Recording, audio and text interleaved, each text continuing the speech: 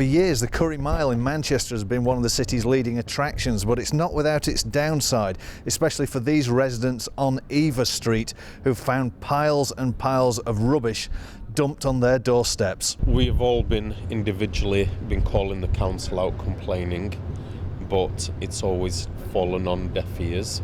But of late, it's just horrendous. Large skips, sometimes industrial skips, here for 2 months at a time. Rats, mice, the business owners on Wimslow Road dumping their rubbish. Bin bags 40, 50 at a time. They're building products, pouring plaster down the grids, pouring fats down the grids, which you can see is blocked all of the grids in this area, and that's ideal for rats. So the business owners in this area have got no regard for the local residents who have lived here for over 20, 30 years. Well, there was all sorts. There was bin bags from the restaurant, and there was concrete, there was timber from refurbishing the restaurant. There was everything in it. It was half full, the back entry, so we couldn't get out the back gate. So the council wouldn't do anything for us. I mean, about 2 weeks ago, I got up and there was a big rat under my window.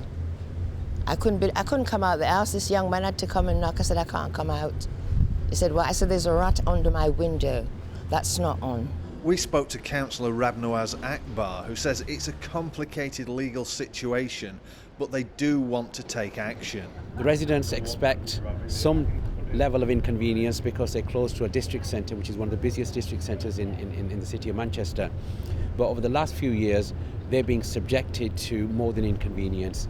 Their life is being amid misery because of the nature of these businesses. Some of these businesses have changed hands, they've changed owners, some of the businesses have changed.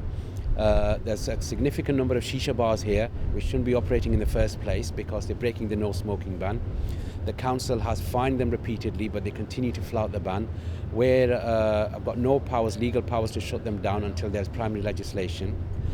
We as a council have engaged with them. At one stage we actually managed to engage with the landlord, who was prepared to take on the waste management contract for the whole of this block, so that he would look after the waste, but the tenants, the business owners, would pay him extra on top of the rent. But that only lasted for a couple of months because the businesses weren't paying him, and that initiative ended as well. We spoke to a burger bar owner who did not wish to be filmed, who said that many business owners don't know who's in charge of rubbish collections, but also that other people are now attracted to fly tipping in the area. He said that perhaps putting a wall up around the end of the street might be one solution. We as a city council have said we've tried our best. The next step, what we are going to do is we're hoping to build a wall here, and what that should do is actually the residents won't be able to see some of the mess. Hopefully that will stop the deliveries, but that will still not stop the rodent infestation, because if they continue to still dump rubbish in the alleyway, the rats and the mice will still get back into the back alleys and into these terrace houses. So even if you built a wall, if this kind of thing continued, what could the council do? Could you shut people down? What would happen? Unfortunately, in terms of shutting businesses down, our powers are limited. The fire service can shut them down, and we've had the fire service in there. Environmental health can go in and look at their hygiene practices, and clearly if there's breaches, which means they can shut them down, we will do that.